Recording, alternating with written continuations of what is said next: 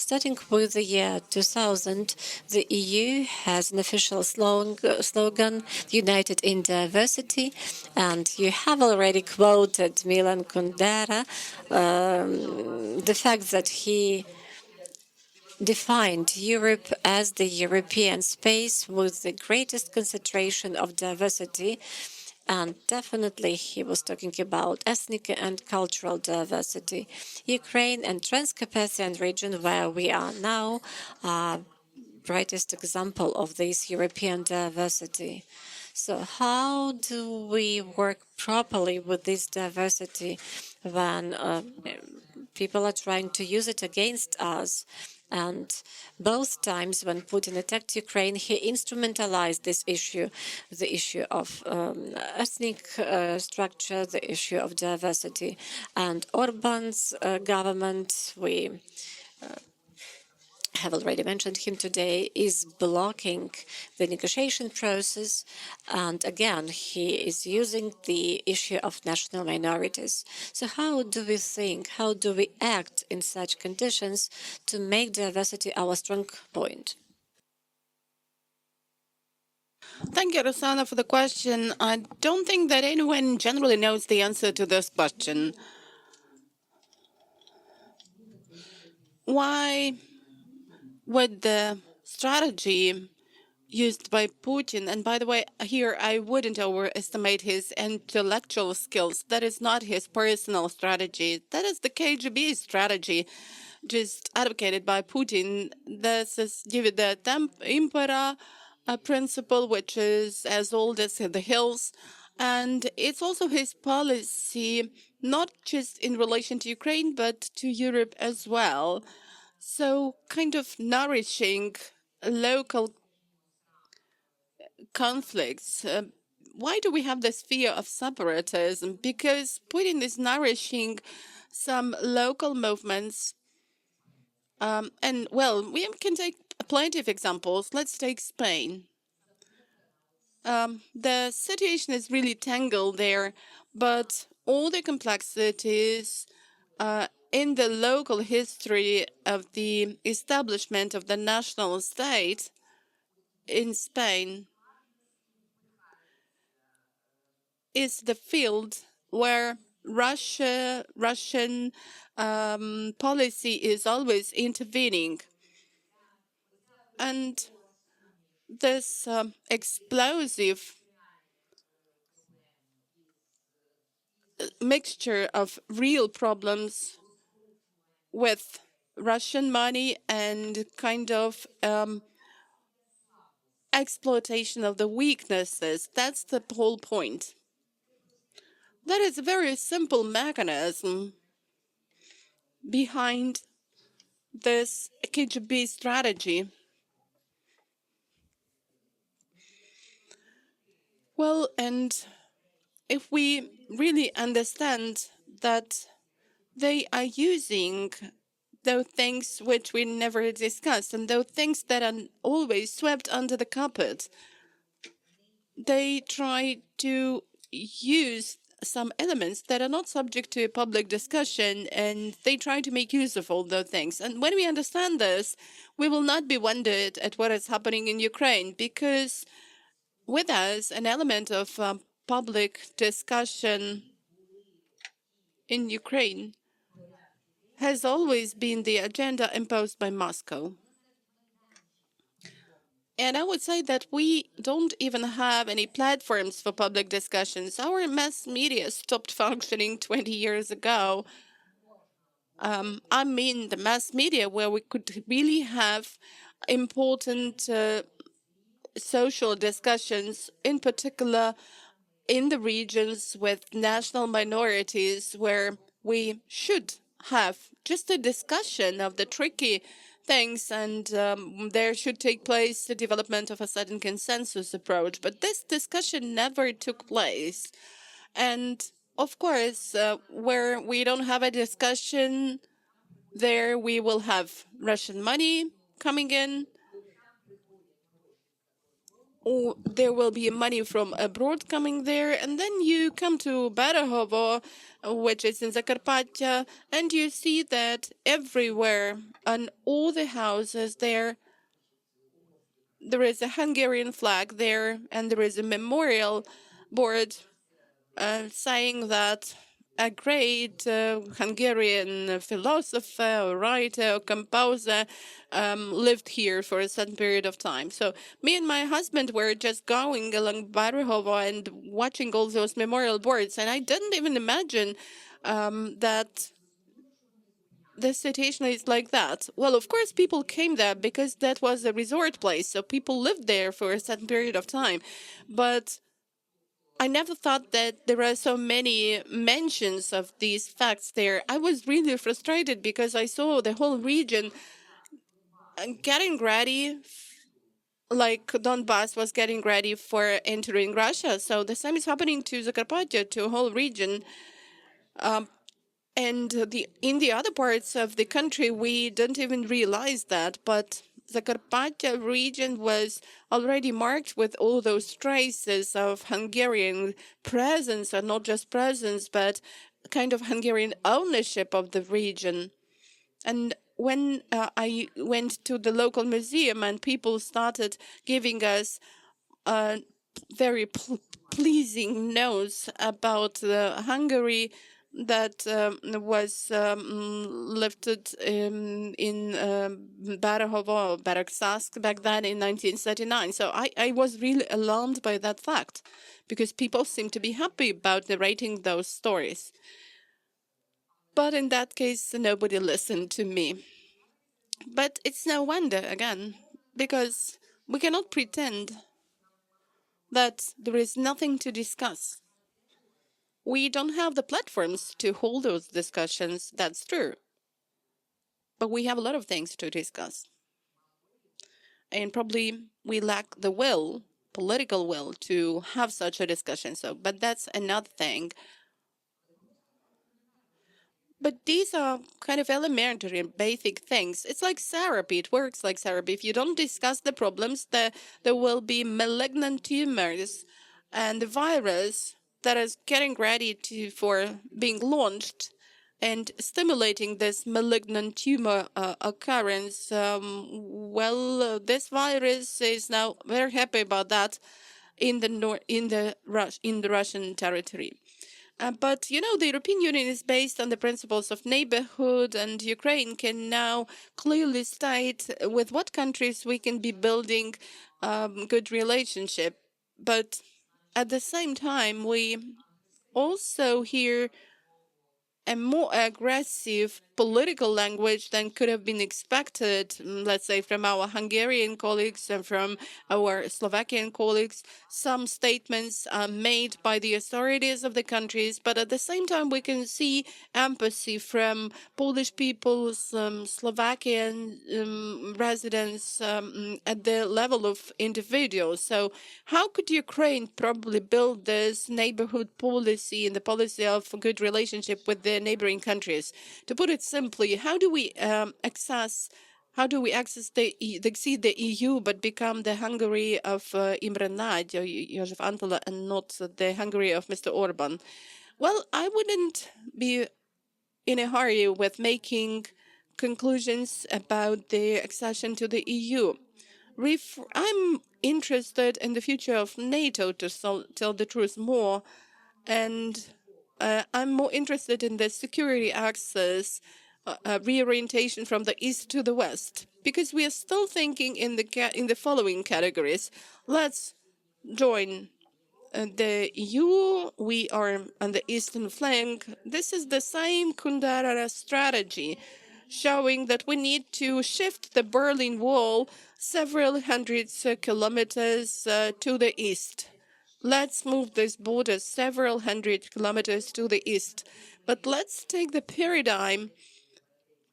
Let's move out of this outdated paradigm that Ukraine is between the east and the west. And when we shift this vertical axis, and when we start speaking about intermarium, the period between the seas, the territory between the seas and the threats for Europe, then it will all be different. We don't have to convince some politicians who are already taking care of the future of their countries. We don't need to convince them that today it's Kiev and tomorrow it's Warsaw, or today it's Kiev and tomorrow it's Prague.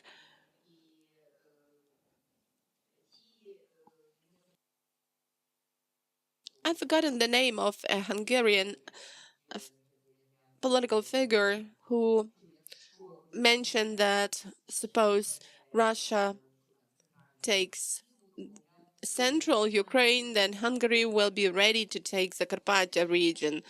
Well, I was really laughing and going into hysterics when I heard this statement, because he's sincerely convinced that if Russia reaches the western border of Ukraine, it will stop there.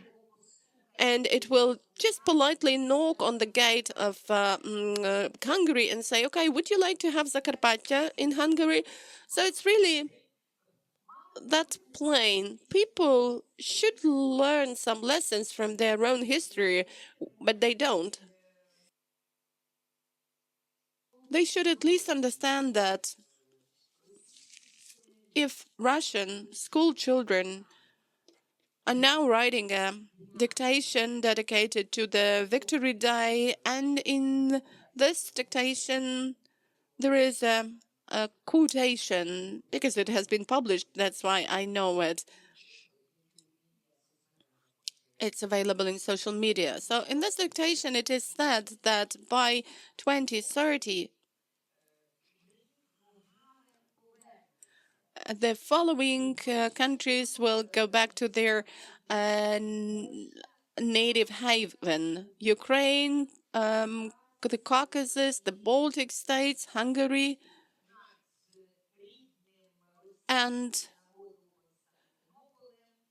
in the Constantinople, that is native to Russia, will have the Orthodox domes of Russia dominating there. So that is the quotation from the dictation given to school children in Russia.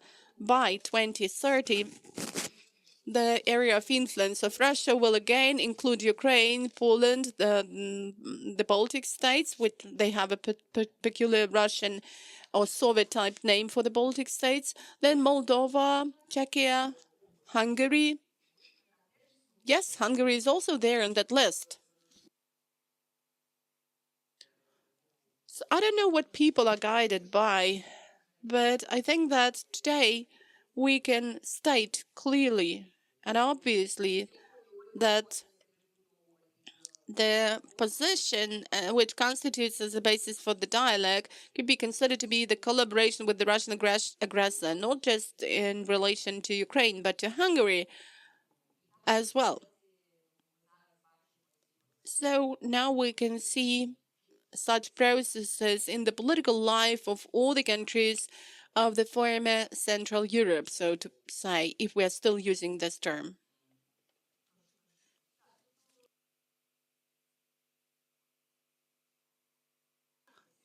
We shouldn't be afraid of speaking about such things. It's already the fourth year of the Great War, so let's call a spade a spade.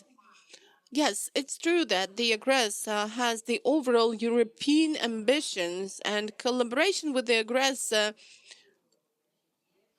is a part of the political life of European countries, both in the Central Europe and in the Western Europe. But how do we not mix and combine at the level of policies and social modes two notions: decolonization from the empire and the European integration, when we have to accept the rules of the game in the club? So how do we differentiate between these two things? Well, decolonization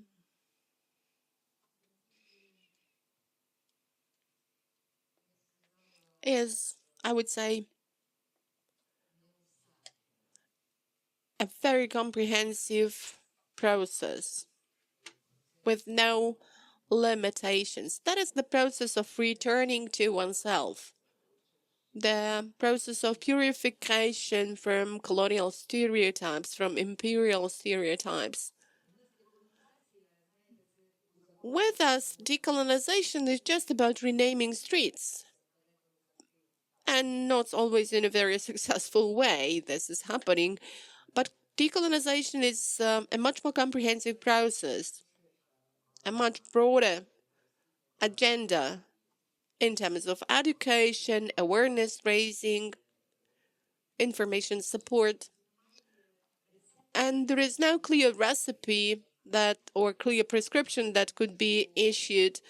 But the whole point is that until we have this return to oneself, until we don't win, that will not happen. We have to win in this war. We have to fight for Ukraine in this war. And we need to gain not just a formal sovereignty, but we need to get this integrity and self-identity, unique culture. And that is, here again, I would like to mention Milan Kundera. In his essay, he paid attention for the first time to a sudden phenomena, mentioning it by name. He said something about the things known to everyone, but nobody dares to mention. He said that culture is a guarantee of security, or rather, knowledge of culture is a security guarantee. The knowledge of your own culture is the guarantee of your security in the world, to put it grossly. What he actually says is that the people whose culture is known to the world will be saved. Somebody will take some effort to save them. So, in a way, Kundera is appealing to the West, to NATO, that actually betrayed this under-Russian part of Europe that was actually given to the area of Russian influence after Yalta. The West actually betrayed this part of Europe through giving a part of its own culture to Russia. And Kundera's reasoning behind that is the ad culturum or reasoning. He says that we have Kafka, we have Schomburg, we have Broch, we have Janacek, Hasek, music dodecaphony. We have a lot of things. So he's just enumerating a number of those outstanding figures of European writers, composers, philosophers, without whom it's really not possible to imagine the whole panorama of European culture. But the implicitness behind that is that we are the same as you are. We are Europeans.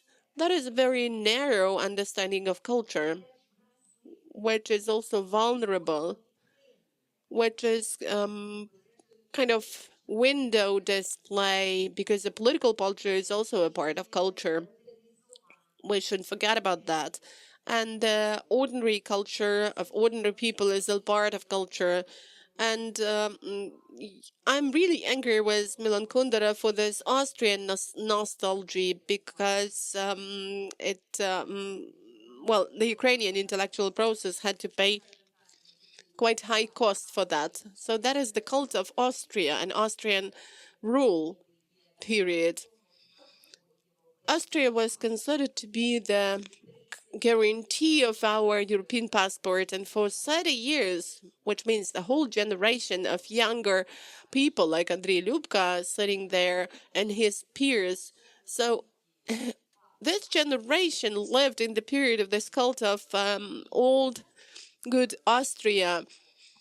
And, probably Mr. Vanichuk in his essays also wrote about that period and that cult. So that is the cult of the so-called Vienna cake and Vienna coffee house. We are Europe, Lviv is a small Vienna. You know all those statements. And this was promoted as the confirmation of European identity of Ukraine. But we are Europeans not because we had Austrian rule, but because we, as one of our hetmans put it, we have some weapons, so we have the rights. And then let's move on. Rome, Paris, Canossa, and Magdeburg. So that's why we are Europeans, so not because Mr. Mazak was born in Lviv. So this formula of Europe showing that we are just adjacent to Europe, but we have never been to Donetsk, we have never been to Kharkiv, we have never been to Odessa. Well, to Odessa it's still arguable, but Kharkiv and Donetsk, there is no doubt about that. Because we didn't go there because we went to Vienna to get some coffee there, and that's why we're Europeans. But that's not the main reason why we are Europeans. And then we claim that you should take us to the same wagon to stay together with you. So I think that this was the core statement, or the prevailing statement in the Ukrainian European narrative where we generally had it. I'm now sharing these narratives with you. I think that you are well acquainted with narrative, even better with me. You just found it already ready-made. And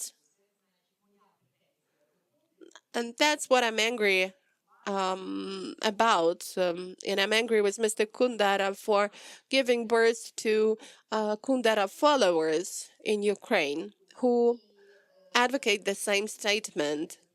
But in fact, that is a very dangerous narrative because it gave birth, this statement by Mr. Kundera gave birth to Huntington with the statement about Ukraine having a collision or conflict of civilizations, because he stated that a part of Ukraine is a Ukrainian-speaking part, is Catholic, but the other part is an Orthodox part, it's a pro-Russian part, and it's the part where Russian-speaking people live.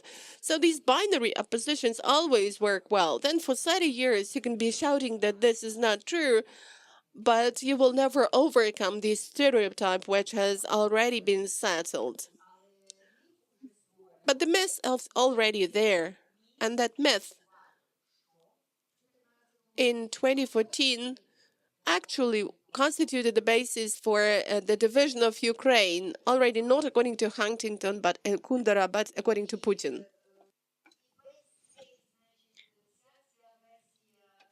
And this entire Steinmeier's version of civil war in Ukraine, where Halichina and Donbass cannot go along, cannot live together within one country. They have never been within one country. So, western part, Halichina, well, what are the line of division? The Nazi one, Hitler ones, District Galicia, where we have this District Galician, and the other part will be Rice Commissariat, the rest part of the occupied Ukraine. This is what Rice Commissariat is.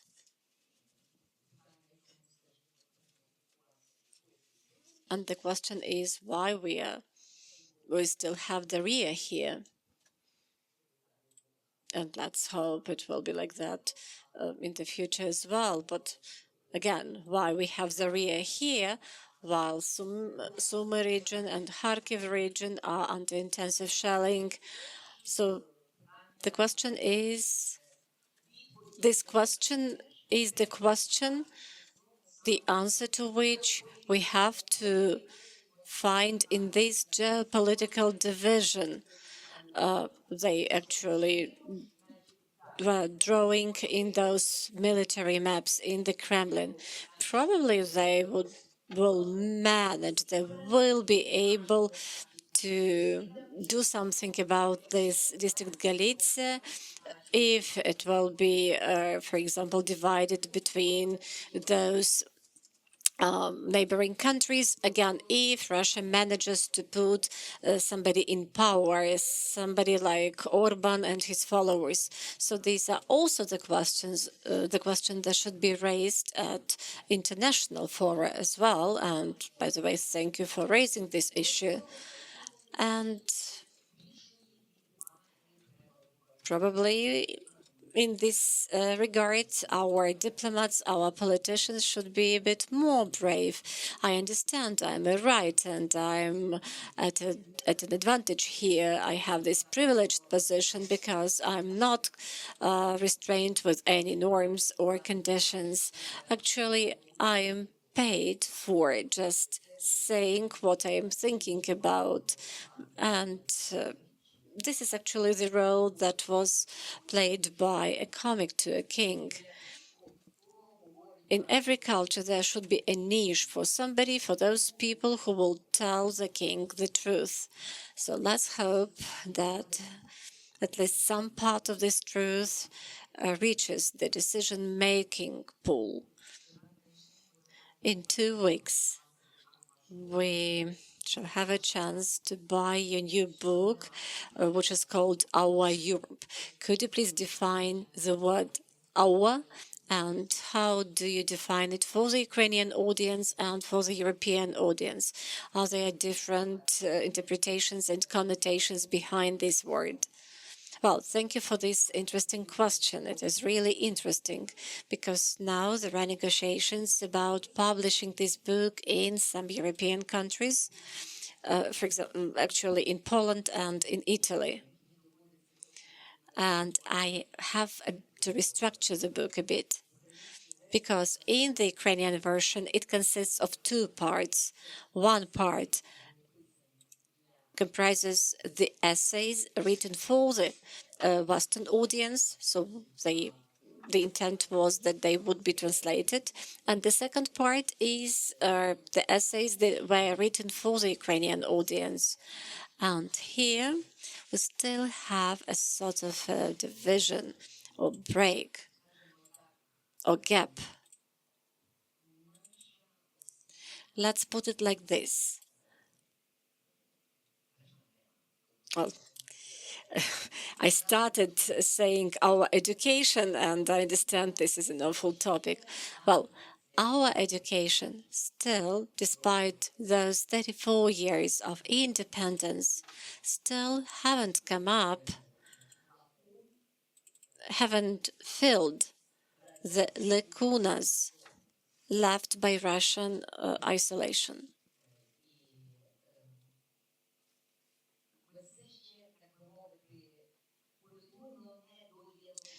Let's say culturally, we are still not full-fledged Europeans.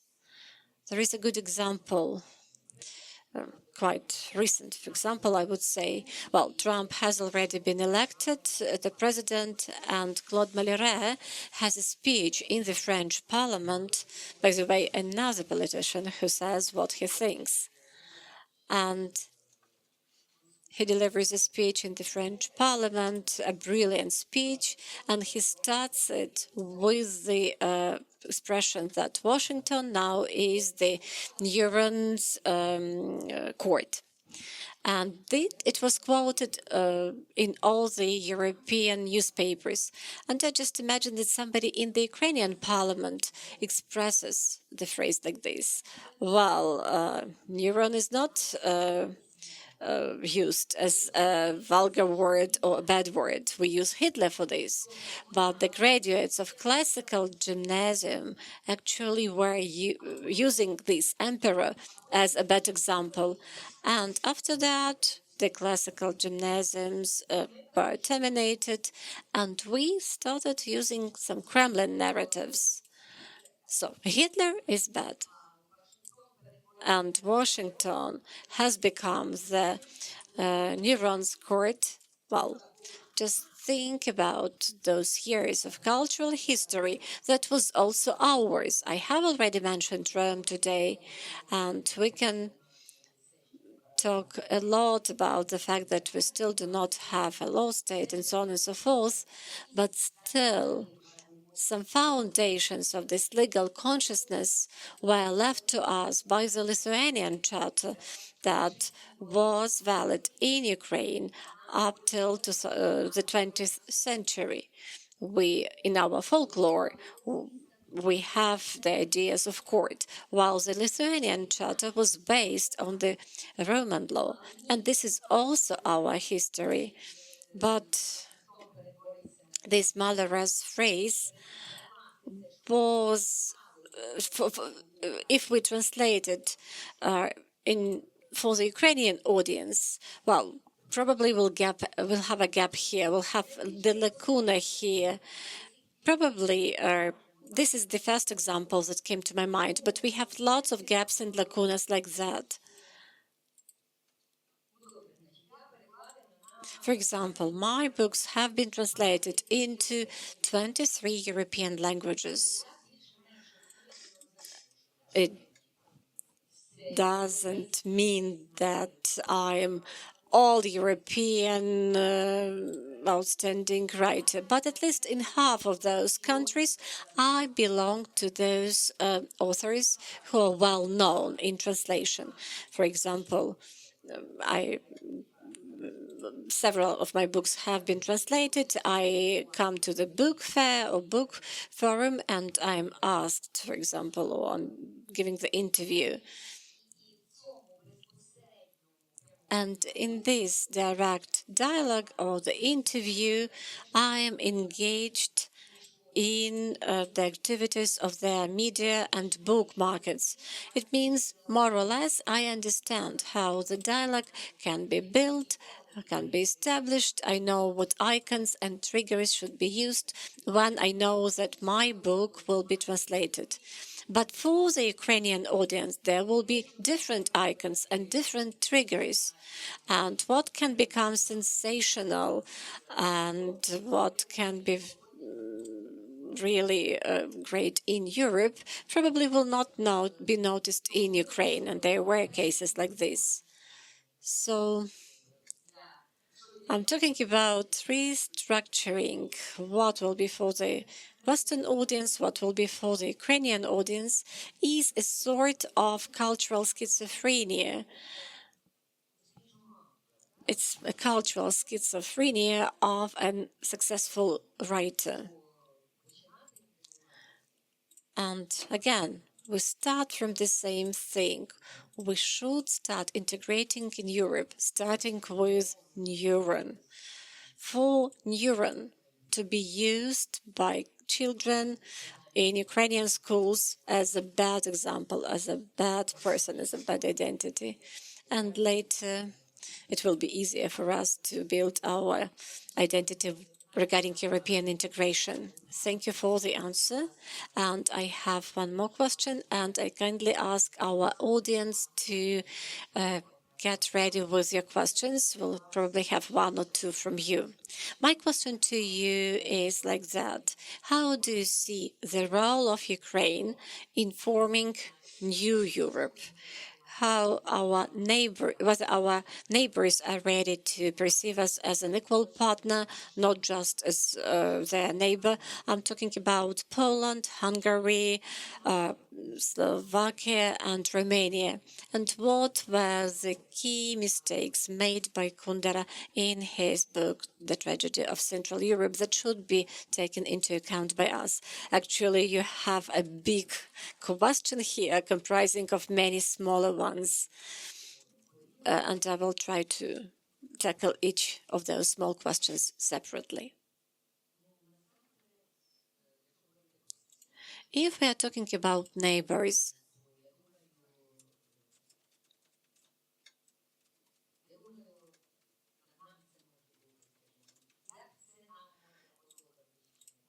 whether we like it or not, but the fact of our equal partnership in dialogue is ensured by the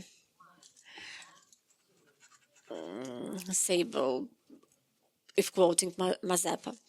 by the weapons. We have the best army in the continent as of today. And this is the fact. And this is our clear guarantee of our presence in Europe. I'm actually quoting the last week's survey in British social media, where it will be the safest place in Europe in 10 years. And the British people answer it will be Ukraine, because at least they have the strong army. Yes, that's absolutely justified. That's why this safety belt of Europe won't be able to survive without us. They won't be able to do without us.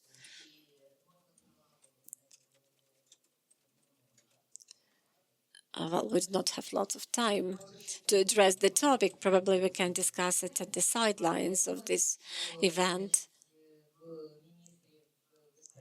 But I think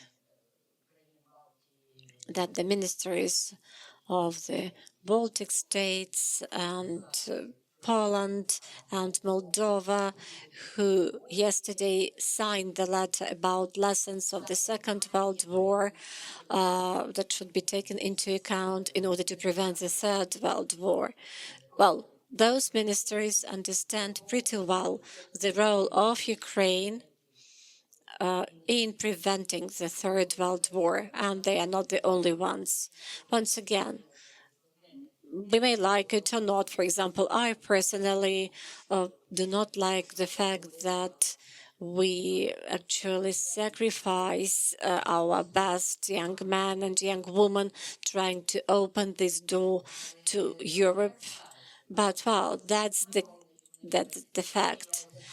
And the story made a circle, and we came back to the 17th century. We are once again the same nation, and once again we underline our Cossack origin, and once again we have the best army in Europe, and we try to prevent this threat to Europe with our army.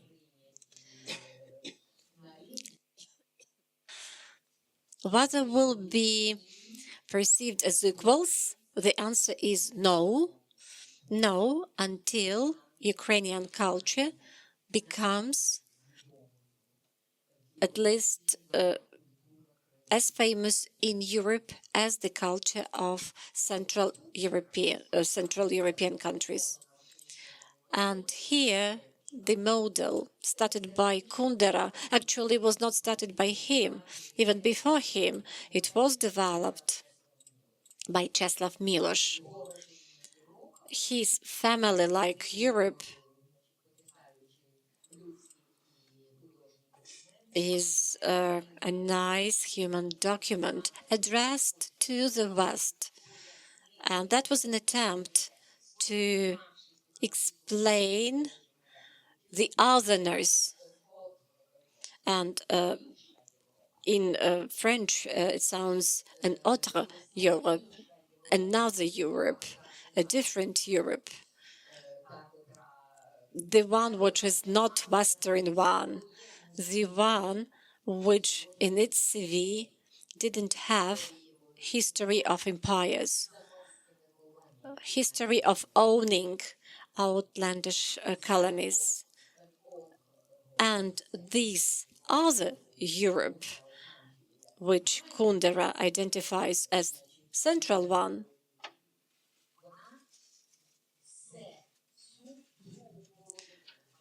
for the second half of the 20th century, actually was knocking to the door of Western Europe through the Berlin Wall with Kafka, with Broch, with Mahler, with Janacek, with Schoenberg, with Bartok, and many others. Just to make it simple, in spring 2022, 1922, when the Sofia Cathedral was threatened with a bombardment, nobody in Europe knew that this cathedral is 100 years older than Notre Dame. When in 2019 Notre Dame was in fire, everybody knew about it because this is part of our common cultural heritage. Well, this is Notre Dame. Everybody who visited Paris definitely had a photo with Notre Dame. Those people who didn't have a photo want to watch the musical. Some people read the book, and so on and so forth. Well, Notre Dame is Notre Dame.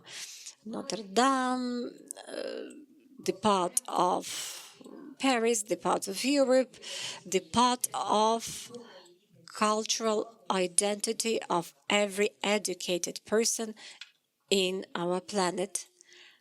And Sofia Cathedral is not part of even European consciousness, of even European identity. Well, what is Sofia Cathedral? Why is it interesting? But officially, it belongs to UNESCO World Heritage.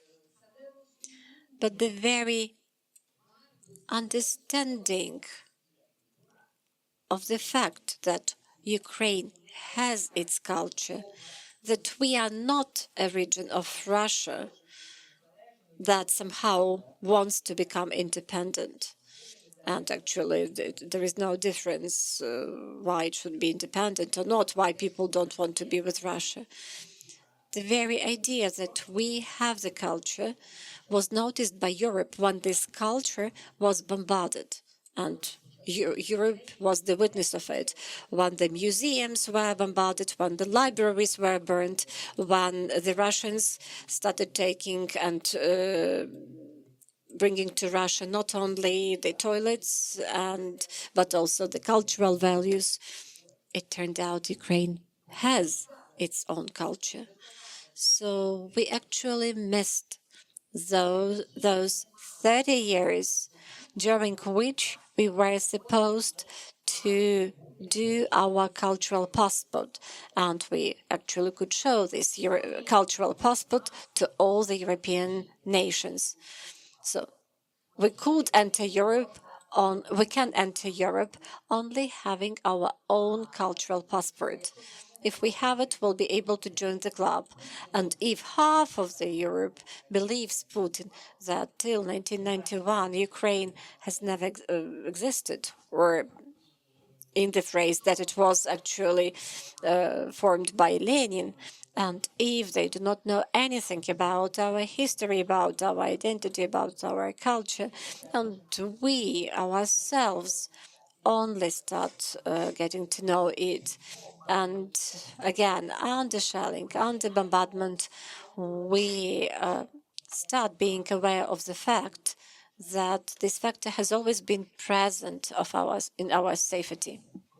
Well, Kundera's essay is just about that. His essay states that without this passport, nobody will ever remember anything. Do you remember how many people were killed in Rwanda? Does anyone respond to the problems of children, poor children crying there on the ruins? Well, all the time we have some issues, some wars, some children crying on the ruins under the bombs throughout the world. How many Rwanda children died during the genocide? I don't remember whether it was Tutsi or Hutu, but how many of them were killed in 1994?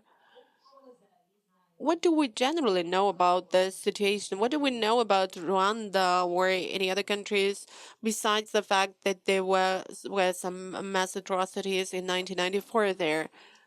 It doesn't work that way. You cannot just ask someone showing that you are so poor and, well, this story will never work and you will never achieve anything by showing that you're being under pressure. Well, Kundera's essay is a good summary of the effort of a whole generation of people in Central European immigration. I'm talking about immigration in the Czech Republic after 1968, in Poland after the introduction of the martial law, and well, also before that in 1968. So also the same may be told about Hungary and Hungarian immigration. So a whole generation of great people, great writers and intellectuals, philosophers, thinkers from Central Europe, starting with the end of the 50s, has been working on the elaboration of the cultural passport for Central Europe. That's why acceptance of this part of Europe, its admission to Europe, came post factum. It came after the Nobel Prizes of Milosz and Szymborska and a number of other outstanding milestone events and plots which showed that really Kundera has been heard, and it's really true that these countries have been accepted to the European Club. We all love listening to Mahler. Good morning to everyone. So it was really a pleasure to listen to your speech. It was a very interesting speech with a number of revelations for me, and I paid attention to what you said about the town of Barahovo. I'm the town mayor of Barahovo, and for 11 years I've been looking for and sometimes finding or not this balance of harmony that our town needs. All I'm going to say will be said with my deepest respect for you and for this event. But I just need to know a couple of things. What do you think needs to be done in our town for our town to be appealing for all the citizens of Ukraine? Should we take into account those Hungarian elements of culture and Ukrainian elements of culture? I would rather disagree with you regarding the tourism of important historical figures. You said that it was the resort, but the first wells were drilled in Barahovo, in the Carpathia in general, at the beginning of the 1960s. In search of oil and gas. Well, it appeared that thermal water spring was found, so it was only in the Soviet times that the Carpathia region became a resort and started being a tourist site.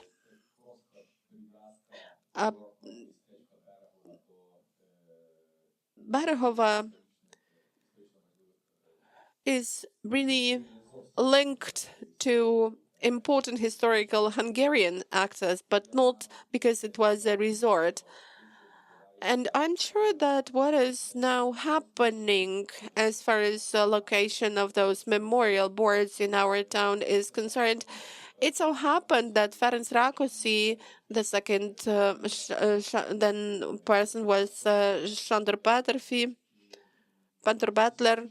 So these are important historical figures for our culture, for the culture of Hungary, but also for the culture of Zakarpattia. And why did it so happen that they have a number of memorial places in Barahovo? You know, Ukrainian writer Olga Kobylanska, it so happened that she was never present in Barahovo, but the street where I live is Olga Kobylanska Street, number 11, which is mentioned in my civil servants declaration.